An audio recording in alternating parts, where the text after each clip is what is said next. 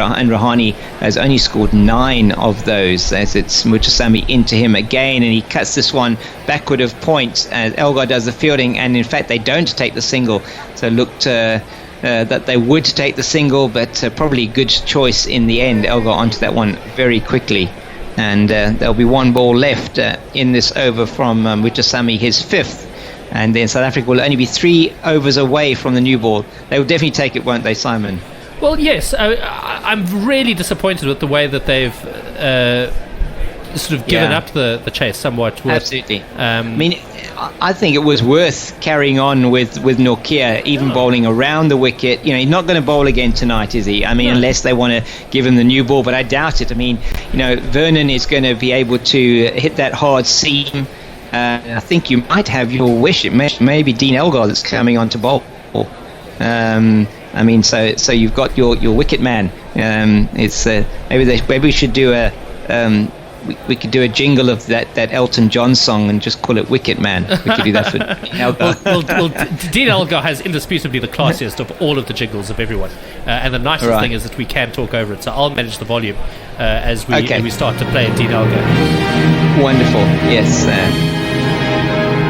So he is Dean Elgar going to be coming on from the pavilion end at the Pune Stadium. I know it doesn't have quite as long a name as the ground in Vizag, and he's going to be bowling to the captain Virat Kohli, and he's in now, and he's around the wicket to Kohli. That one is a half tracker, and he's been pulled through the leg side to a wideish mid-on for 4. Whose stupid idea was that?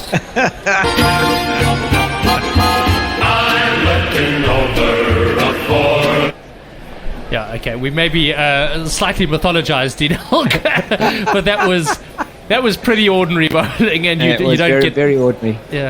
Yeah, the second one's a little bit better, just well pitched up outside the off stump, but played backward a square by Kohli. There is no run, so 2 balls of this Dean Elgar over, and I reckon he'll have 1 over. They're trying to burgle a wicket, aren't they? But it's this one outside the off stump. Kohli does try and cut that, but no foot movement actually, and just gets an under edge and bobbles out into the covers. Has a bit of a smile on his face. He knows he missed out there. Elgar in again to him. This is a much better delivery, driven, but only as far as the man at a shortish cover position, sort of, which is Maharaj, and they don't take a run. And so it's Elgar in again. This one, Kohli just drives down the ground on the offside of straight. Mid-off, who is Kagiso Rabada, deep mid-off comes in, and there is a single to the captain, Virat Kohli. That'll bring Jinky Rahane on strike for the last ball of the over. And Dean Elgar not quite produced that magic arm this over. He hasn't bowled a full toss yet, so that's probably why. This one goes out and is played by Rahane into the gap at cover, or cover point, and fielded on the boundary by, I think that's Tiernus de Bruin, and they take a single. Rahane will keep the strike. 78 overs gone, 244 for 3, 6 off that over, and no wicket for South Africa. And will it be Mutasamy to continue? We shall see now. Tweets coming in. Yeah, Knuckle Pandey. In fact, Knuckles changed his Twitter handle to Knuckle Sexy Climate Emergency Pandey. He says, #StatWatch. Mayank Agarwal is only the 2nd Indian opener to score hundreds in back-to-back tests against South Africa after Virender Sehwag in 2010. Wow. And then openers to score test hundreds in consecutive matches versus South Africa in post-readmission cricket: Andrew Strauss in 2004, Chris Gale also in 2004, and Matthew Hayden, who scored 4 in a row, 2001, 2002. I got so tired of watching Matthew Hayden bat. Yeah, absolutely. Yeah, I can second you on that one. The guys who did it pre-apartheid were Charles Kellaway in 1912, Herbert Sutcliffe in 1929, Jack Fingleton, also an Australian, who scored 3 in a row in 1936, and Arthur Morris, the Aussie, in 1950.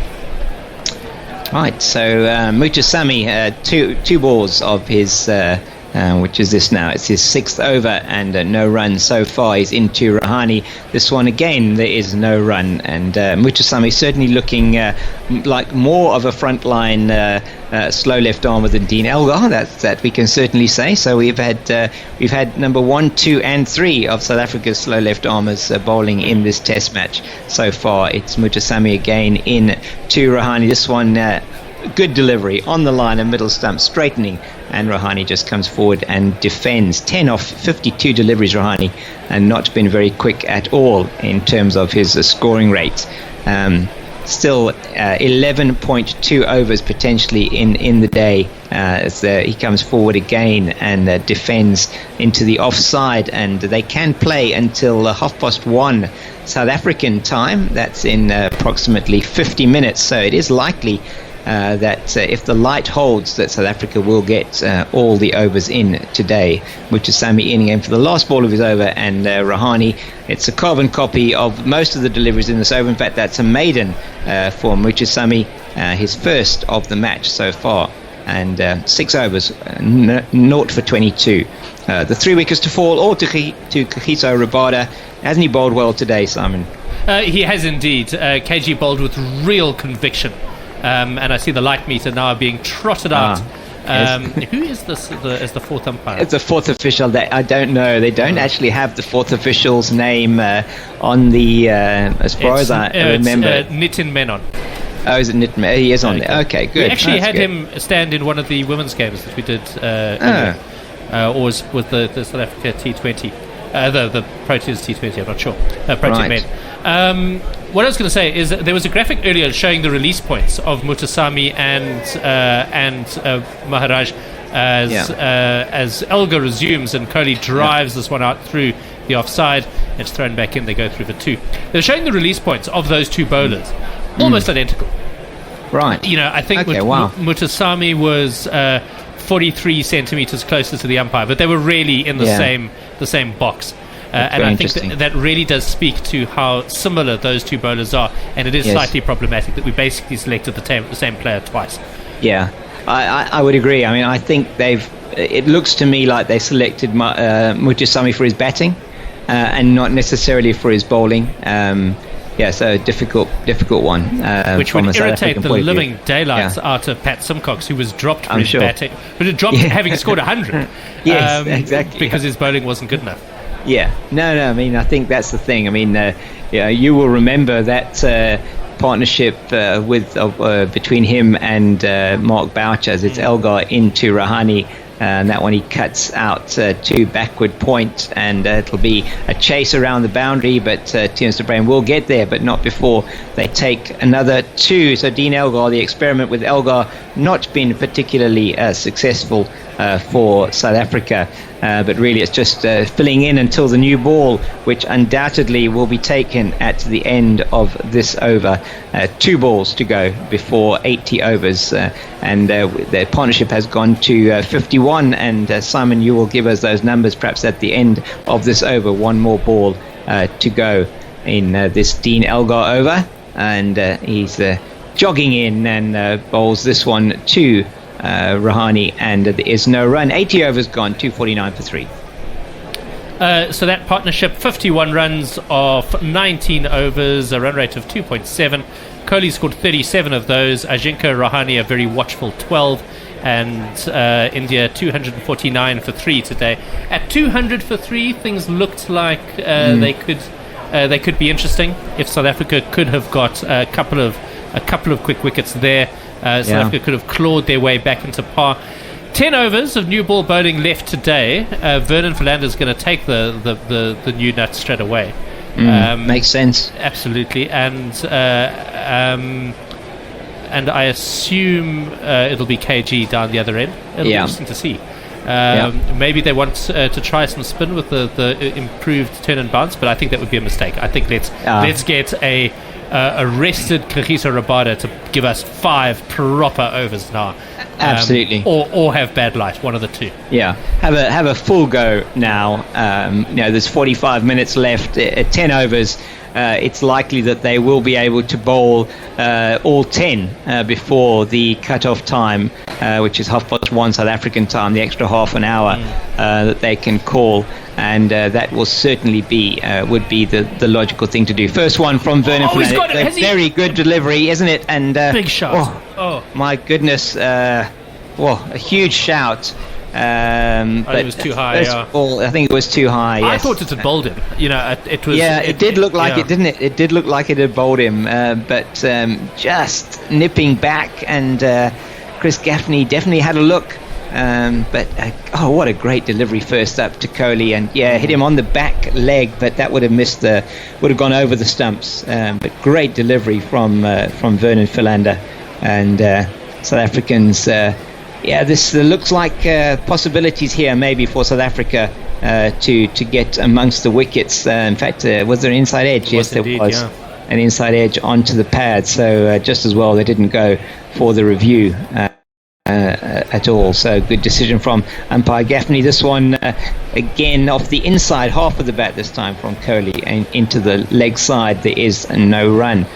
So Vernon Philander been on the button with his first 2 deliveries to Virat Kohli in his in the first over with the second, or with the first new ball. I don't know what they call it, the second new ball. Funnily enough, they said the first new ball.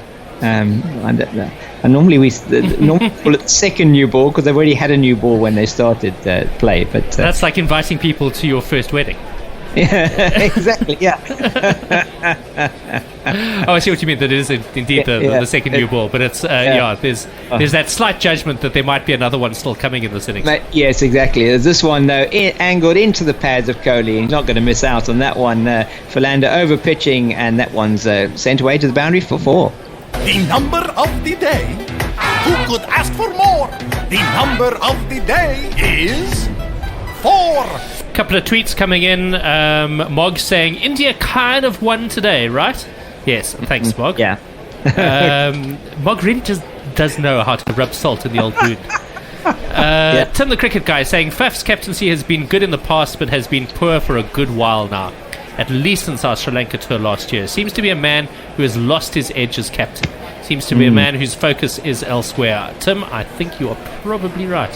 Yeah, I think he is right. I think, the talk, and this morning, funnily enough, before I came on air, just listening to Graham Smith and Sean Pollock and a couple of the Indian commentators on the television saying they probably felt very much the same. The talk coming out of the South African dressing room and from Faf is not really not perhaps what they would have wanted. As this one is played by Kohli through the offside. Temba Bavuma giving it everything to get there, but he's not able to cut that one off, and goes through the cover field for 4 and Kohli's 50. I'm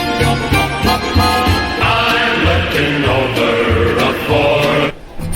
50 runs, your 50 runs. Well done, well done, well done, well done. 50 runs, your 50 runs. The job has only just begun. Virat Kohli, after 92 balls of batting, has finally made his test match average of 53.53. He is on 53 off 92 balls, 8 fours, a strike rate of 3.2 there or thereabouts. India 257 for 3. The partnership 59 runs off 20 overs. Virat scored 45 of those. Ajinkya 12. And what else do we need to know?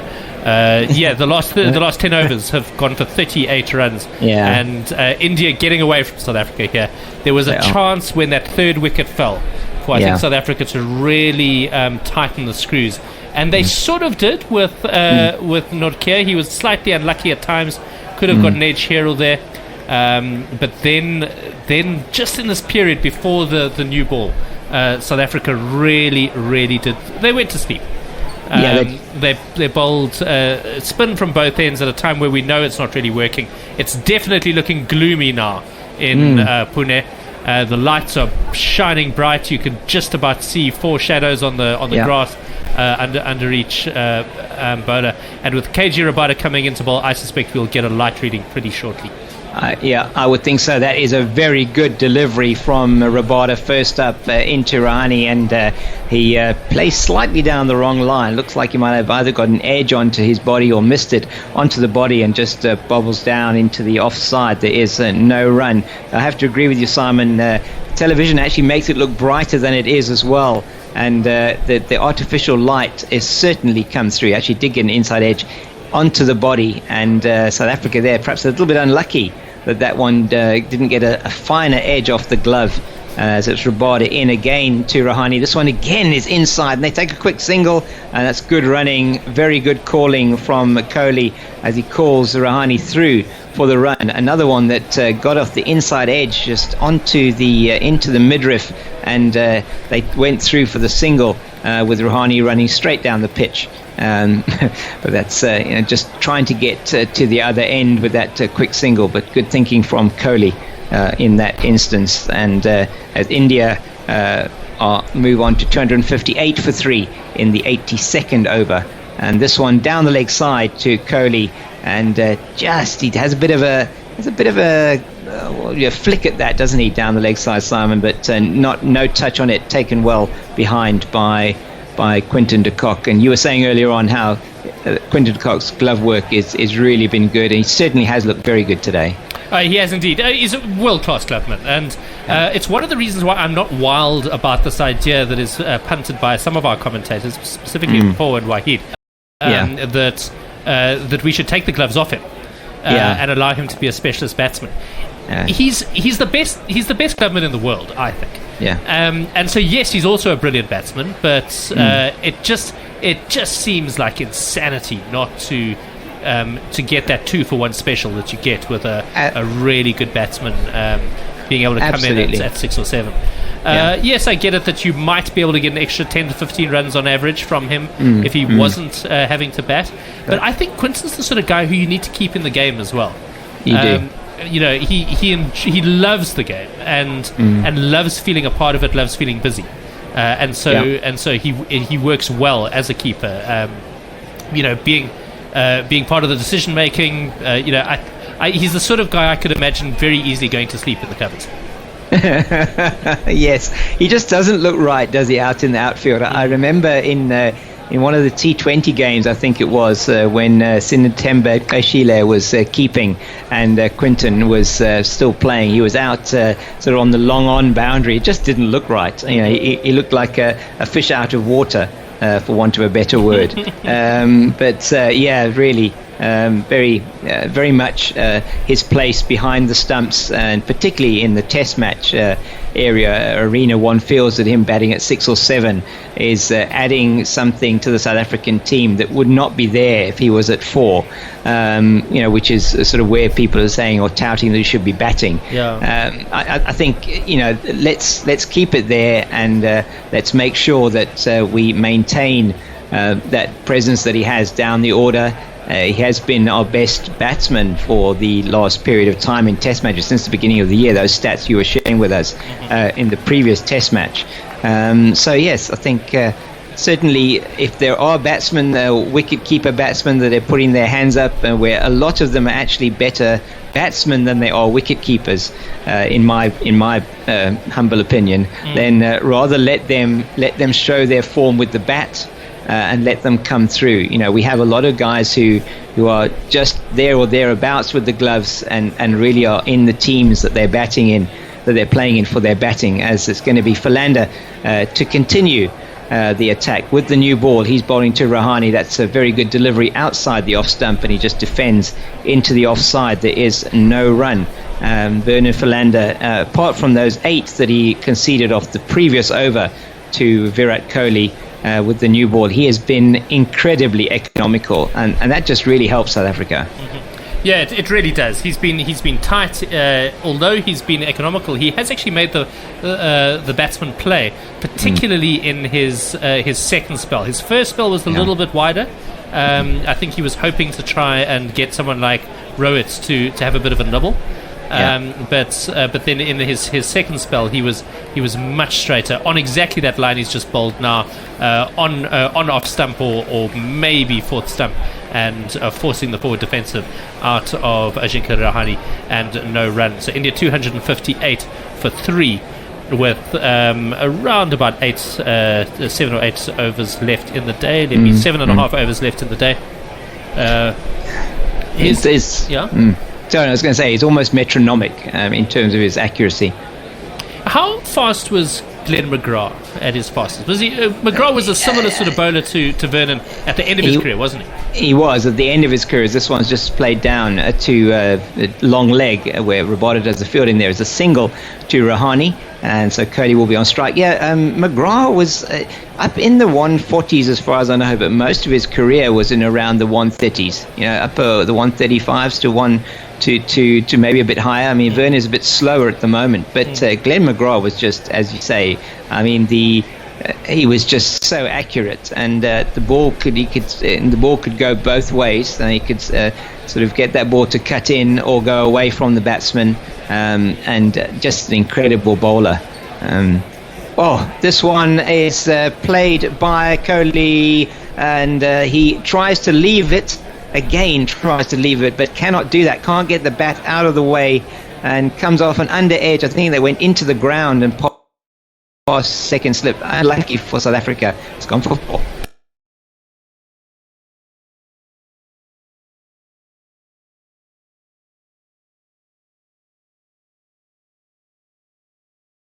Gone for 4. For we found heaven right here on earth at 4. Yeah, again, that pseudo leave that lands up actually running right off the bat. If it was possible, it would be very good. But it's leave it, just couldn't get his bat out of the way, and it went through to the boundary for 4. As this one is played forcefully into the covers. A great stop by Temba Bavuma that had 4 written all over it, and Kohli, as Bavuma knocks it on slightly, is only able to take the single. But what great fielding Temba Bavuma that had good from the batsman there. Yeah, diving, tumbling stop from by Bavuma. Sorry, I thought I lost you. Yeah, so a diving stop there from Bavuma. He's on the square, which can really, really hurt. All of them these days, of course, wearing those elbow protectors. As the last ball of the over from Philander goes past the stumps, Rahane just leaving that one be outside the off stump. 7 overs to go in the day, and we will certainly probably bowl all of if we're gonna bowl all of those, it'll take us through to 1:30 stop time in South Africa. Knuckles sexy climate emergency Pandey saying another stat watch. Kohli hasn't turned any of his last 3 50-plus scores before today into hundreds. That's the joint longest such run of his Test career, going back to his first 3 50s. Thus, even with 3 straight unconverted 50s, he still has more hundreds than 50s. Yeah, I mean, he's the man. The man's a machine. And I suspect today he's had enough luck today that I think he's going to go big. So that one, Kohli just plays into the offside, backward of point, and there is a man deepish there, and they take a single off the first ball of Kagiso Rabada's 18th over. He's got 3 for 44. The South African quick has been the pick of the bowlers today. He's certainly worked up a fair amount of pace and has troubled the batsman in his previous spells. So 1 wicket in each session for Rabada. He's in again to Rahane. This one defended back to the bowler. There is no run, and he shows that his football skills are better than Keshav Maharaj's as he flicks that one up, and that is a good fielding with his foot there. As we have some tweets. Yeah, just Mog, who had sent us a tweet earlier saying just reaffirming that India probably won today. And so I said, well, yes, thanks for that, Mog. And he just wrote a sweet little tweet back saying, just checking, with a little halo emoji. And this one defended by butter Rahane would melt in his mouth, would Mog? No. I mean, it's the... oh, dear. So some good bowling here from Rabada. South Africa needs to make this new ball work for them. Nothing so far that has necessarily suggested that either Rahane or Kohli are in any trouble. Now, does come back to that spell around the 65th to the 80th over, Simon, when South Africa were not making anything happen, as Rabada bowls again. Very good delivery outside the off stump, left alone by Rahane. He's got quite a wristy leave there, doesn't he? It's wow, that was like almost like I don't know quite how you describe it, but he sort of went to play it and then he just pulled the wrist out, almost Smith-like, Steve Smith-like, almost but the without the helicopter leave. fidgeting. Yeah. The yes, it was. I was going to say something trenchant, but I can't remember what it was. The Rahane is stretching his eyes wide quite often. You know, that's usually a hint to the umpires that you would quite like to see the light meter given a bit of a go. Is normally, isn't it? Yeah. With Rabada bowling at 139 k's an hour, but he looks faster than that. I definitely would maybe consider bringing in, trying to force the issue if I was Faf, and maybe bring Notkeer in for an over or two to actually not deliberately hurt the guys, but scare them a little bit, and maybe encourage the umpires to call it a day. Yes, let that new cherry be a bit near. This one, he actually does get a bit of a leading edge, but it goes straight down into the ground and into the cover field, where it is fielded by Bavuma. There is no run, and Kagiso Rabada gets his big floppy hat given to him by umpire Nigel Long, and it is the end of his 18th over. 3 for 44 for the South African quick today. All three wickets that fell going to Kagiso Rabada, and all caught behind the wicket, funnily enough, which was certainly not a feature of the Visakhapatnam Test match. Not at all. It's also, the other thing is that South Africa's over rate has been much slower in this. We got through 90 in a day with no problem whatsoever on that first. In fact, the first day, of course, it rained, but we were at 60 overs off the first two sessions. We were 5 overs short in the first session today because of the effect of having Notkeer and Rabada operating together. Philander to Kohli is defended into the leg side, picked up by Anrich Notkeer, who is at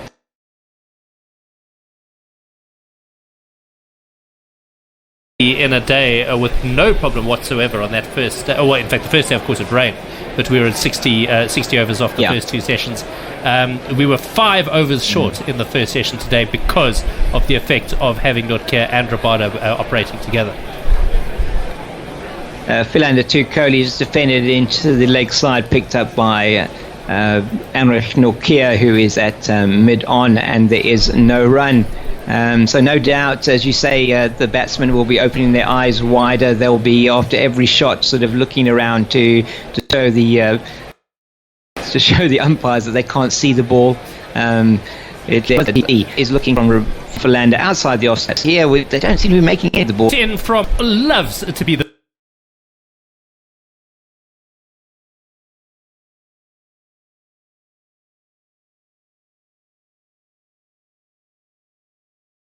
Anrich Notkeer, who is at mid-on, and there is no run.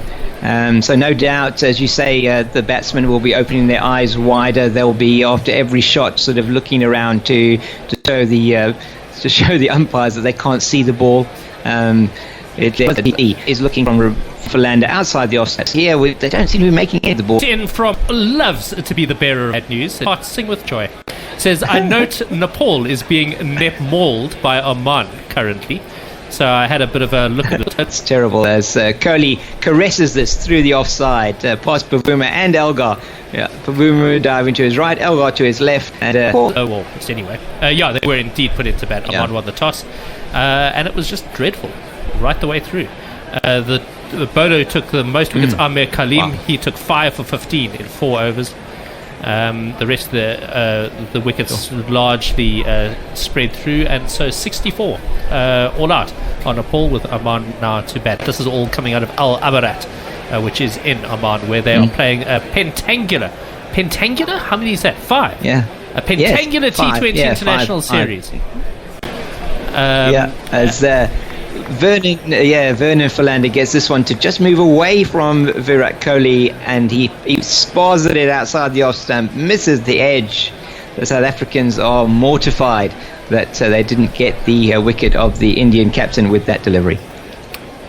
Yeah, just a little bit of a spar at it, with Vernon still nibbling away at that off stump. Is indeed this one straighter, and he plays it to Nokia at mid-on. There is no run, 1 ball left in the 85th over, after which we will have 5 overs left in the day. And will we see Anrich Nokia? It is possible, isn't it? I think maybe Philander just not quite getting not getting any movement at the moment. There was just the 1 ball that's beaten the bat so far. Rabada looking a lot more threatening, so perhaps there is an opportunity for South Africa to bowl Anrich Nokia for at least 1 or 2 overs before the close with the new cherry, as it's Philander in again to Kohli. This one outside the off stump, leaves it alone. Very nice leave, getting his foot right across, bat high, and there is no run. So the end of the over. So how are Oman doing in the chase? Sorry, there for Nepal, against Nepal. Oh, they haven't had a chance yet. Give them a chance. They're still having supper. What do the Nepalese have for supper? I could probably say something culturally insensitive about yak butter, but I'm not going to. And so they haven't had their supper yet. Yet. Anyway, Pirate Puncher says Oman are serious contenders for winning the qualifier. They've totally wiped everyone away, including Ireland, who they beat the other day. So suddenly Omani cricket really looking like it's a place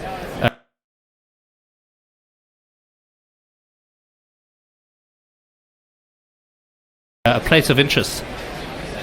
Do they? Are they like Dubai, where they have an expat community there to team?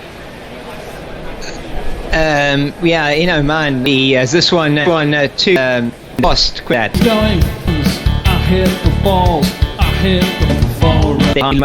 Unlucky there, perhaps, where it did get the glitter. No chance for Quinton de Kock. It's just coming back to the sort of expat players. A lot of expats from places like Pakistan, particularly in the both in the Emirates and in places like Oman, who are playing cricket there for those teams, and not that many locals, if one would want to call, or nationals of the actual country themselves playing for those teams.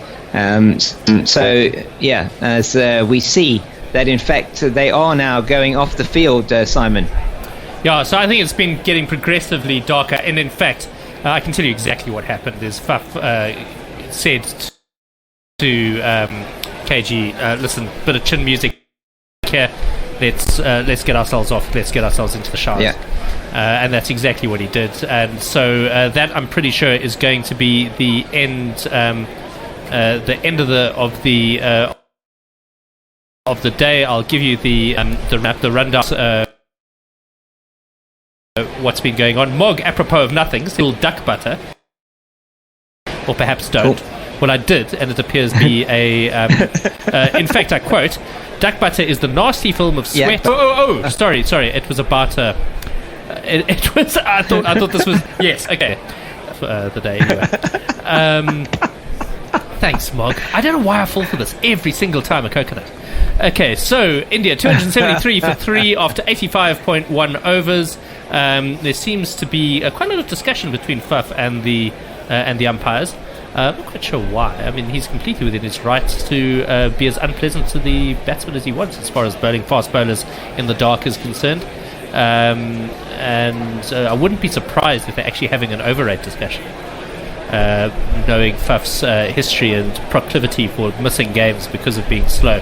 Ayanka Rahane is there on 18. He faced 70 balls, a strike rate barely troubling the scorers of about 1.7 runs per 6 balls faced. Virat Kohli a bit more sprightly, 63 of 105. He's at 10 fours. Also started slow, but really started speeding up towards the end of the day, and the last 10 overs actually bringing 50 runs to the Indian cause. India on 273 for 3, the 3 wickets all taken by KG Rabada.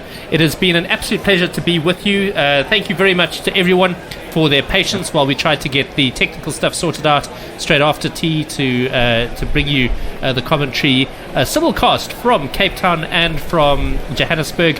Hugely excited that we've managed to get this right, because this opens up firstly our Cape Town commentary team to our broadcast. We've got 6 or 7 world-class folk down in Cape Town who I'm super excited to get onto air, so that'll be a huge amount of fun. Also guys like Otto in Pretoria who would love to do more commentary, but it costs him $50 to come through here every single time that he wants to commentate. And guys like Ravi Nair in India, I know, has become more and more a part of our broadcasts over the last while. Some of the folks in Australia might be quite keen, so I think this is going to be quite an exciting development for us. James, thank you very, very much for being with me on air today. Thank you to Jonathan for the middle session. Thank you to Impor and to Dave for their work as well. And we'll sign off. We'll see you 6 o'clock South African time tomorrow morning for the second day of the second test between South Africa and England. My name is Simon Gear. It's been an absolute pleasure to be with you today.